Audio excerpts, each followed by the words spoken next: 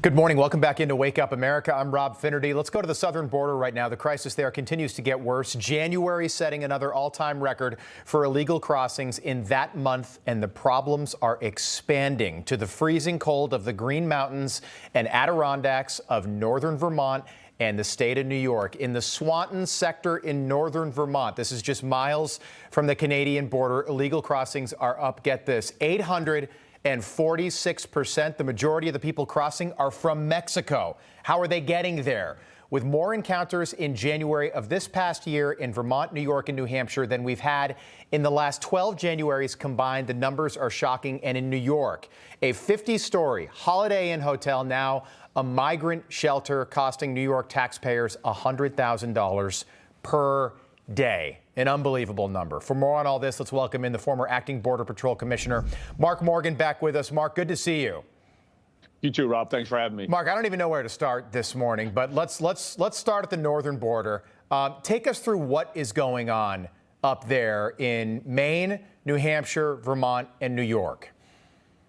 Rob, for those who know the border and know the cartels, this is not a surprise. The northern border has been and continues to be a significant threat. Our focus has been on the southern border for obvious reasons, because the unmitigated catastrophe level of numbers coming across the southern border. But the cartels don't just operate in Mexico along our southern border. They operate in the entire world, including Canada. It's the same cartels that's pushing the threats across our southern border, that's pushing the threats across our northern border. And keep in mind, the shared land border with Canada is over 5,000 linear miles. It's the largest shared land border between two nations in the entire world. And the cartels constantly changing their tactics and techniques. And what they saw was an easy opportunity. As the past 2 years, resources have been pulled off the northern border to help the southern border. They saw a great opportunity to exploit the northern border, and that's exactly what we're seeing right now. So for everyone at home, the northern border has never been a problem, particularly in that area of the Northeast, because it's mountainous. The Adirondack high peaks, we're talking about, mountains 4,000 or 5,000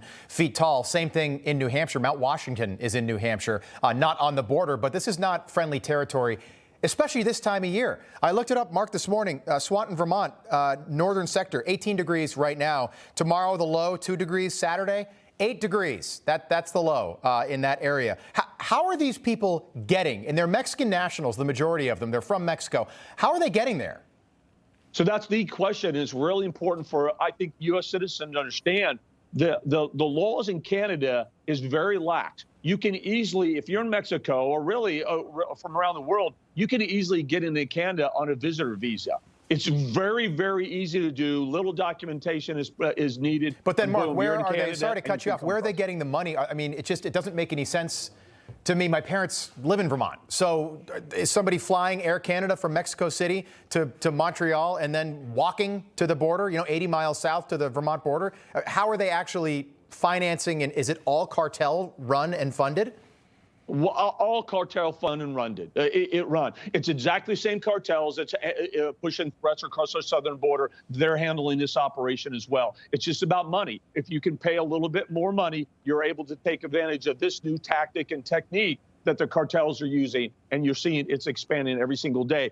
And Rob, it's very important to remember, Canada, look, our own intelligence community has been very clear about that. Canada poses a real threat, either from homegrown violent extremists in Canada or the fact that we have such a large, expansive maritime environment that is very vulnerable with respect to the U.S. So the threats are real. The threats are considerable. It's why we say what's happening on our border is not about immigration. It's about border security and national security. We have gotten reports of migrants that have frozen to death, it's freezing cold. They're not equipped or dressed for this type of weather. We have had reports, tragic, but we have had reports like that. It's happening in other northern border states like Montana as well. Okay, so the Biden administration, back to the southern border now. I guess this would apply to the northern border, but really this is the southern border.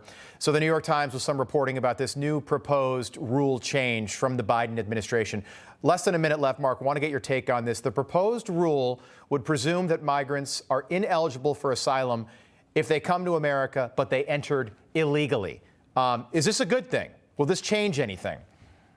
The words are good. The substance are just BS, Rob, because what they've talked about, what's not mentioned in that article, is they said that you need to avail yourselves of legal pathways. What they're not honest with the American people about, those legal pathways are this new CBP One app, which is unlawful use of parole, circumventing the asylum process. And then they're continuing to say, hey, look, come to our port of entry, and we'll look the other way as you continue to file fraudulent claims, and we'll let you into the country illegally, never to be heard from again. They call that a legal pathway. So if they use that, they're still in. Nothing's going to change. It's all smoke and mirrors. Wow. All right, Mark Morgan, as always, great to see you. Thanks for breaking that down. We'll do it again soon.